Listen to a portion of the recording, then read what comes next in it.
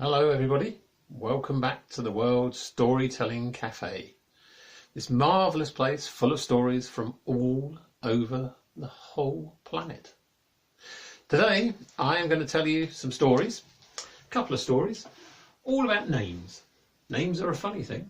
Some names you give yourself, some names are given to you, and some names come from complete strangers. The two stories I'm going to tell you today are all concerned with names. The first story involves a character we all know. Now this character has been around for a long time. Now I know him, because he's a friend of mine, as Jeremy. Other people know him as the Wolf. But some people know him as the Big Bad Wolf. And the reason they know him as the Big Bad Wolf involves a story that happened on one day many years ago. First of all, let's meet the Wolf. This is the Wolf. He's a very friendly chap. He likes to go out and help in the community. He likes to ride his bike. He likes to go to his allotment. He likes to grow vegetables. He's a very friendly guy. One morning he woke up and he looked out the window and he yawned. Oh, he stretched. Oh, he said, now, what am I going to do today? It's beautiful outside. I think I'm going to go for a walk. I'm going to go for a walk and see what's going on in the world. Why not? And so with that, he went down the stairs, he went out the front door, and he started to go down the road. Oh, he said, this really is a wonderful day. Look at that. Look at the birds. Look at the plants. Look at the flowers. Oh, look at the trees. Oh, it's a beautiful day. I wonder what I'm going to see today. He walked a bit further, and as he walked down the road, he came across a very unusual thing. Walking up the middle of the road was a tiny little pig. Well, that's unusual, he thought. But what was even more unusual, it was the little pig was carrying straw. Ooh, said the Wolf. I wonder what he's going to do with that straw. I'm going to follow him. So the little pig wandered down the road, oblivious of the fact that behind him was following the Wolf, watching where he was going. The pig got to a little house. The house was made of straw. The Wolf looked at it. He said, no. This won't do. I'm going to have a chat with these people. And he knocked on the door. And a little voice inside said, oh, you can't come in, not by the hair on our chinny chin chin. Really? Said the Wolf. A pig with a beard? Now that's strange. Anyway, I don't want to come in. I just want to say that this house made of straw, it's not very tough, and with the slightest puff of wind, this will blow down. The little pig said, oh, he's going to huff, he's going to puff, he's going to blow my house down. I didn't say that, said the Wolf. I just said it's not very tough. With the slightest puff of wind, this is going to blow down. And do you know what happened then? There was the slightest puff of wind, and that house made of straw completely collapsed. The little pig squeaked. Eee! And he ran off. Ah! The Wolf said, where are you going? And he followed after him. Well, the little pig ran down the road into another house, and the house was made of, can you guess? You're right, sticks. Right, said the Wolf. Well, this isn't much better, is it? And so he knocked on the door. And two little voices said, oh, you can't come in, not by the hair on our chinny chin chins. Really? Said the Wolf. Two pigs with beards? Now that is something worth seeing. But anyway, I don't want to come in. He said, just this house made of sticks isn't very strong. It's not very tough. With the slightest puff of wind, this is going to blow down.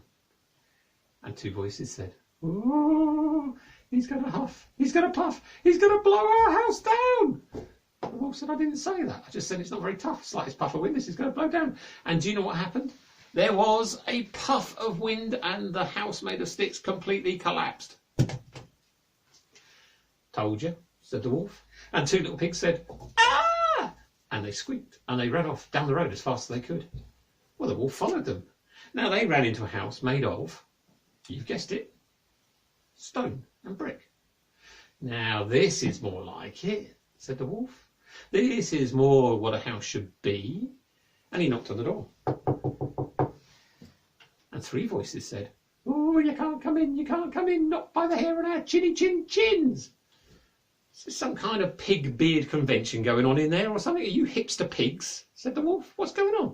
He said, "I don't want to come in anyway, just want to tell you this house made of bricks and stones, this is more like it. This is nice and strong. This will stand up if there's the slightest puff of wind." And you know what the little pigs said? They just squashed their noses against the window. And they went at the wolf. And the wolf said, "Ah, how rude. How rude. I don't need this. I'm off." And he started to walk down the road. He said, "Oh, I don't know what I'm going to be doing now." He said, "That was terrible." He said, "That's quite upset me. That's thrown me right off." He said, "What am I going to do? I know what I'm going to do. I'm going to go see my friend Trevor." He said, "That's what I want to do. Trevor always cheers me up. He lives down by the river. He's a very friendly chap, makes me laugh. He's a troll, yeah, all right, but he's good." And he went down to the river. As he got towards the bridge down by the river, he shouted out, "Trevor! Trevor!" And then he heard a noise. And that noise went, "Ooh." He said, "Trevor?" He said, "Trevor, is that you?" And out from underneath the bridge came a very, very small little troll. "Oh," said Trevor. "What's up with you?" said the wolf. "Oh, I've got a terrible headache. Oh, my head really hurts," said Trevor. "Why?" "Oh," he said, "it started first thing this morning, up on my roof. When I went outside, guess what was up there? It just went click, clop, click, clop, click, clop. Oh, it's driving me mad." "What was it?" said the wolf. "Goats." "Kidding." "No, fully grown ones," said Trevor. The wolf said, "What were they doing?" "Apparently they're going over to the other side of the river because the grass is greener." "Looks the same to me," said Trevor. "It's giving me a terrible headache. I'm really suffering." "Oh dear," said the wolf. "We'll have to do something about that." And just at that moment there was click, clop, click, clop, and across the bridge came a big, huge billy goat Gruff. "Right," said the wolf, "you can stop there." "Why?" said the billy goat Gruff. "I'm going over the other side where the grass is greener." "Really?" said the wolf. "Looks the same to me." "Well, I'm going over there whether you like it or not." "Whoa, whoa, whoa, whoa," said the wolf. "You can't do that. What about poor old Trevor and his headache?" "I don't care," said the billy goat Gruff. "I'm going over there whether you like it or not. And if you don't get out of the way, I'm going to charge." "How much?" said the wolf.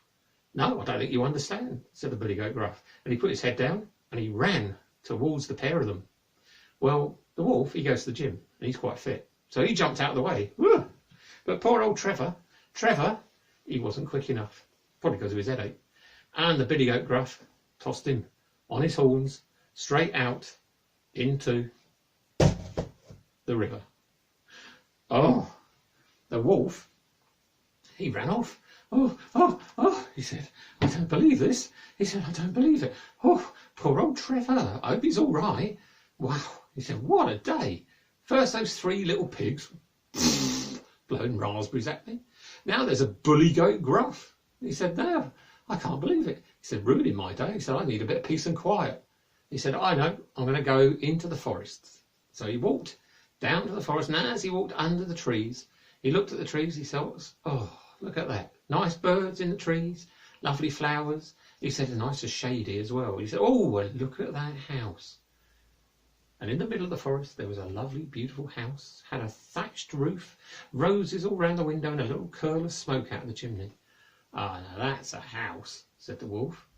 And just at that moment, a door in the house opened, and out of the little house came a little old lady.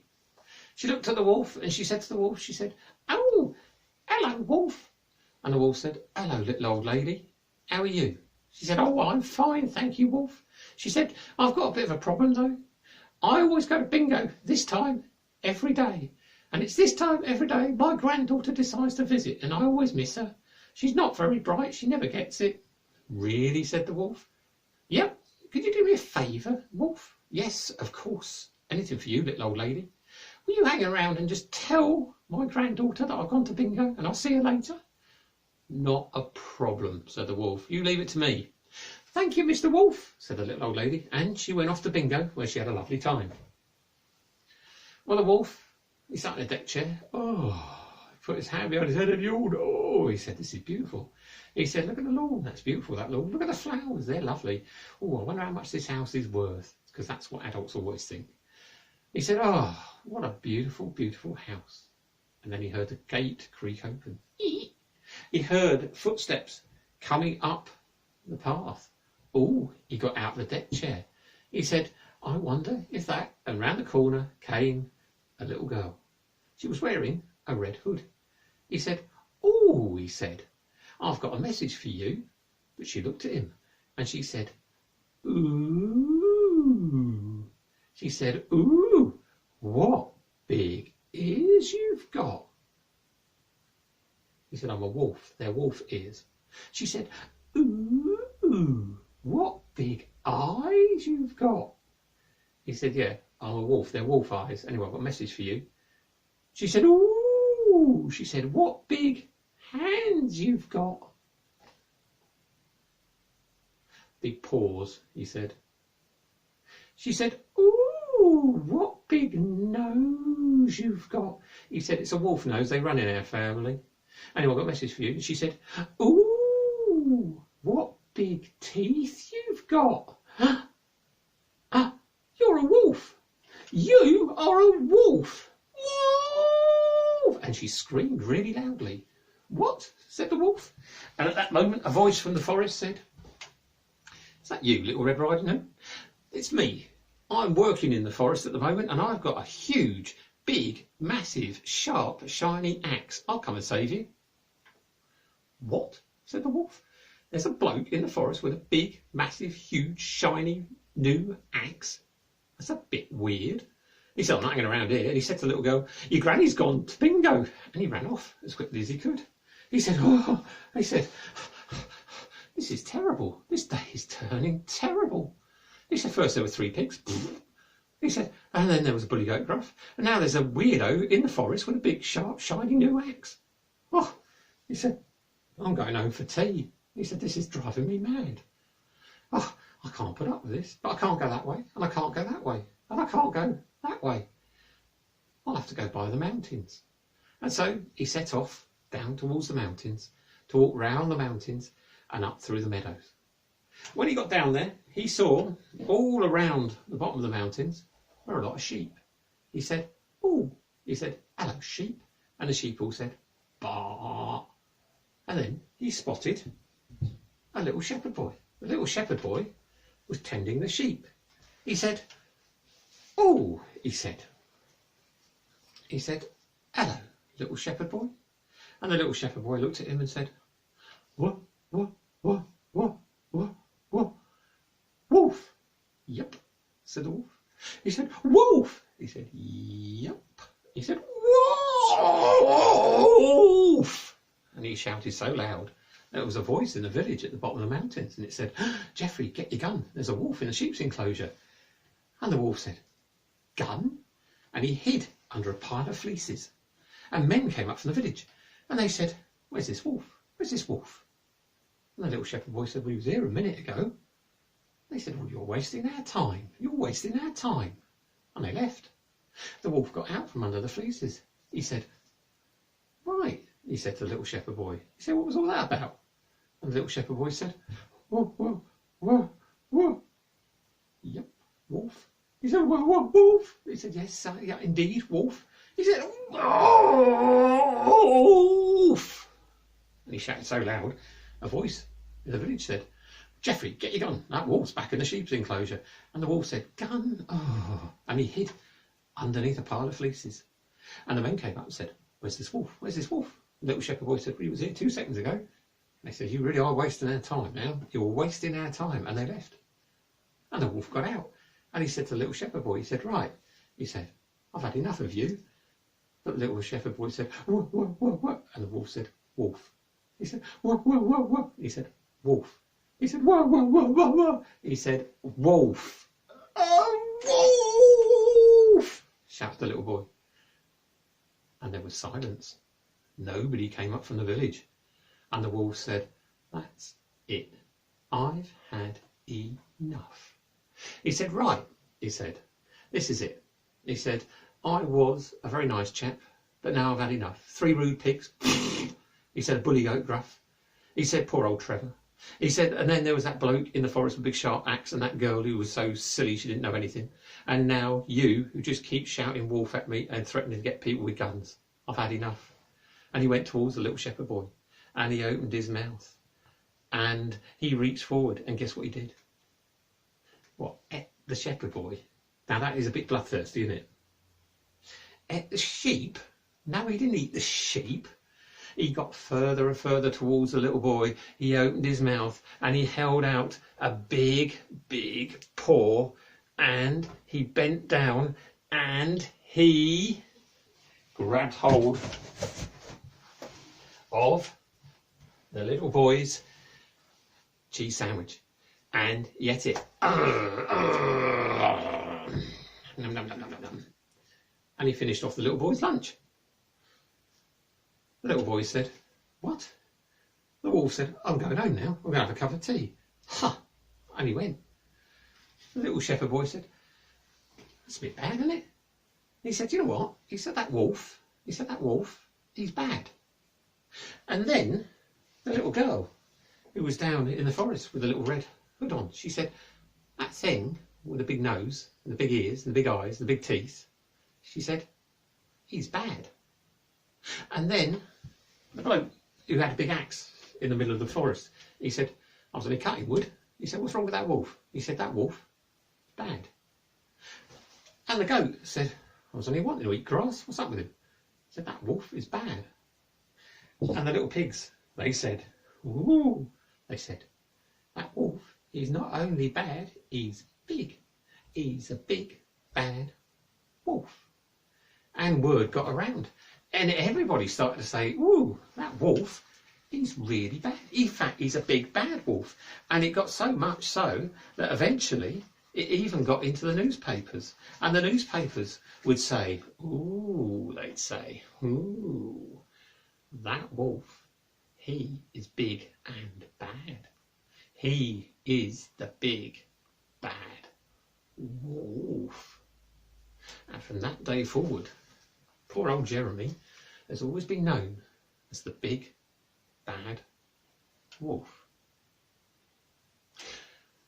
So that's one story about getting a name.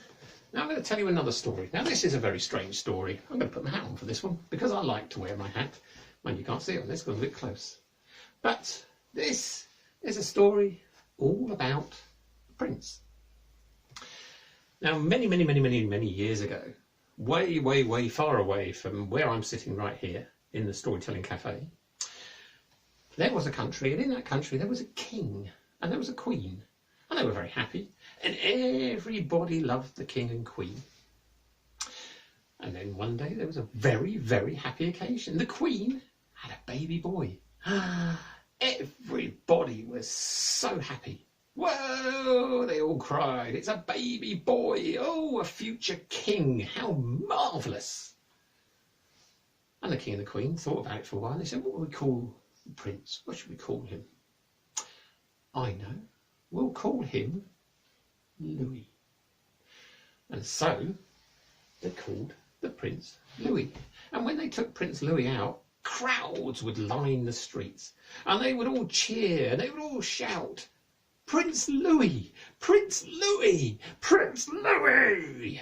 And they were so happy. The Queen, she said, now because he's a prince, he must have a bath and a shower every single day. He is a prince. And so she appointed two royal bath attendants. And the royal bath attendants, they would come in every day at the same time, and they would say, ooh, Prince Louis, it's time for your bath, it's time for your shower. And they would take him away to the royal bathrooms. this was fine. Everything was fine. And every time they took out the very clean Prince Louis, people would shout, Prince Louis, Prince Louis, Prince Louis. So happy they were. Now, after 6 years, a very, very sad thing happened. The king, he died. That is a sad thing. And the queen was very, very sad. You can say, ah, if you wish. And she said, Prince Louis is now King Louis, and he will be king from now on. I am so sad, she said. You can say ah again. I am so sad. I am going to a palace far, far away where I'm going to live on my own, because that's what sad queens do. And she did. Now, King Louis, he was fine. He was still very young. He had lots of governors and teachers and all sorts. And every day the royal bath attendants would come in and they'd say, ooh, King Louis, it's time for your bath, it's time for your shower. And he would have a bath and shower.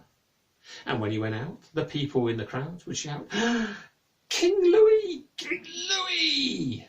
And they loved him.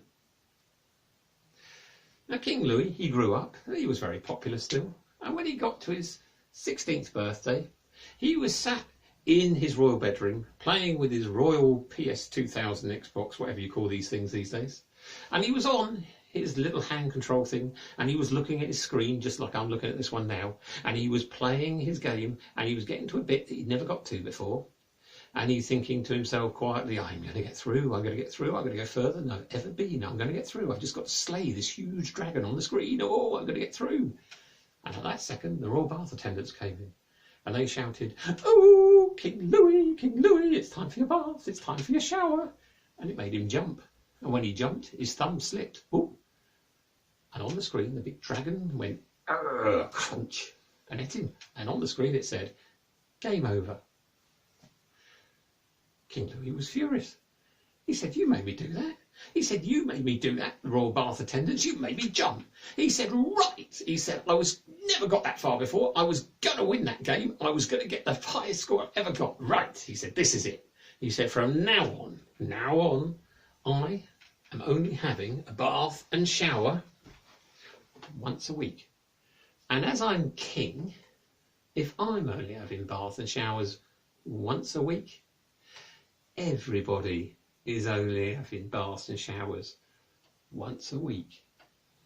The royal bath attendant said, ooh, and they ran off to the castle far away, and it was where the queen lived, and they knocked on her door. And she opened the door. She said, yes. They said, oh, King Louis said we can only have a bath and shower once a week, and everybody can only have a bath and shower once a week. And the queen said, well, I'm still very sad. You can say are again. She said, I'm still very sad, and therefore, if he's king, he can say what he likes. He is king. And she shut the door on them. And from that moment on, everybody in the whole country only had a bath and shower once a week. Which was fine. Wasn't a disaster. They could still wash. And every time King Louis went out, the people would still shout. He was still very popular. King Louis! King Louis! King Louis! And that was fine. Everything was all right for the next 2 years. People were only allowed a bath and shower once a week. But then when it was his 18th birthday, King Louis was fiddling with his motorbike. And as he was trying to tighten something up on his motorbike, it just happened to be that time of the week. And into the royal garage came the two bath attendants, and they said, ooh, King Louis, it's time for your bath, it's time for your shower. And it made him jump. And he stuck a screwdriver right into his thumb. And he screamed, ah! And he stuck the thumb in his mouth. Ah!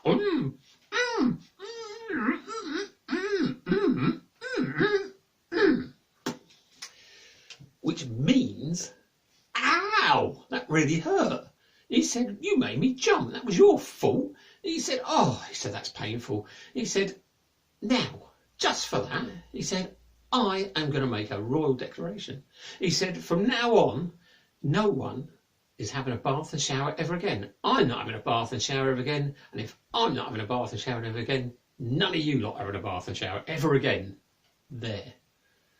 The royal bath attendant said, oh, what? And they ran off to the palace in the countryside and they knocked on the door. And the Queen opened it. She said, yes. And they said, oh, King Louis said no one's allowed to bath and shower ever again. She said, well, I'm still very sad. They said, but no one is allowed to bath and shower ever again. She said, well, he's the king, he can say what he likes. I'm too sad. And she shut the door. And so from that moment on, no one in the whole country had a bath and shower ever again. They still liked King Louis, and when he went out they would shout, King Louis, King Louis. Then, after 6 months, the country went to the Football World Cup. And when they finished their first game, they went to swap shirts with their opposition. But the opposition said, oh, we don't want those shirts, they're too smelly. Don't you have baths and showers? And the football players said, no. After a year, they went to the United Nations, which is a big place in America where all the countries meet up. And no one wanted to sit next to the people from that country. They said, we're not sitting next to you. Don't you have baths and showers? You stink. And the people said, ooh. And after 2 years, planes stopped flying over their country. They would go to the country border and then they'd go all the way round because the whole country was far too smelly. And the people said, we've had enough. We've had enough of this. But then, after 2.5 years, the whole world had a vote. And they voted that country, the smelliest country in the whole entire world. And the people said, that's it. We can't be known as the smelliest country in the whole world just because our king won't let us have our bath and shower. And they rose up. They said, unplug the baths. They said, uncork the showers. And they did. But the king was furious. King Louis said, ah. And he went out. And then when he went out, the people shouted. They shouted, King Pooey, King Pooey. He said, where are my armies? And they said, in the shower. He said, where are my policemen? They said, in the bath. He said, this will not do. But the people said, we can't have a smelly king. And so they grabbed pitchforks and flaming torches. They didn't have flaming pitchforks. That would be ridiculous. They had flaming torches and pitchforks, and they marched towards the palace shouting, King Pooey, King Pooey, King Pooey. Well, the king heard them coming, and he jumped out the window, and he ran into the forest, and he hid in a tree, because that is what kings do. And the people marched into the forest. They said, well, he's the smelliest king ever, and he's in that tree, because that's the smelliest tree in the forest. And they marched towards it, shouting, King Pooey, King Pooey, King Pooey. And so the king jumped out, and he ran to another tree in the forest, and he hid in that one. And the people said, well, he's in that tree now, because that's the smelliest tree. And they marched towards that, shouting, King Pooey, King Pooey, King Pooey. And he jumped out of that tree, and he ran to another tree, and hid in that. And the people said, whoa, whoa, whoa, whoa, whoa. We're not doing this. We're not chasing the king around the forest just because he won't have a bath and shower. They said, right, we won't have a king anymore. He said, we're going to have a republic. And they did. They formed a republic, and it was no better, no worse than it was before. And they all got on very well, and everything was great. And everybody had baths and showers. But now, if you're out and about in the countryside, or you're at a festival where we tell lots of stories, you might smell something pretty bad. It could be those portable toilets. It could be the storyteller who probably hasn't had a shower for 3 days. It could be the cows in the field next door. Or it could be a king hiding in a tree. If it is, what you need to do is you need to march towards it, shouting, King Pooey, King Pooey, King Pooey. And the smell might just go away. And then again, it might not. And that is another story about a name. I'm going to leave you now. That is the end of my stories. Thank you for visiting the World Storytelling Cafe. It's a wonderful place. Stories from all around the world, live stories. There are stories and poetry as well. Fantastic stuff. Make sure you come again. And remember, tomorrow is another story. And I will see you again. Bye-bye. People, wherever you are, thank you for listening to that last storyteller. What an amazing performance. And if you enjoyed it, the hat, look just below the story. If you're on the website, and I do encourage you to go to the website, and you can put a little in the hat. If you're in Texas, Got a Texas hat. Yeah. Got this in Kerrville. You could drop $1 in, or $2. If you're in England, you can drop £1 in, or more. If you're in Canada, well, you could drop a few dollars in. And maybe if you're right up north in Lapland, you could drop a few kroner in, or maybe €1 or 2. It will be much appreciated. Thank you. Don't forget the hat and enjoy the stories.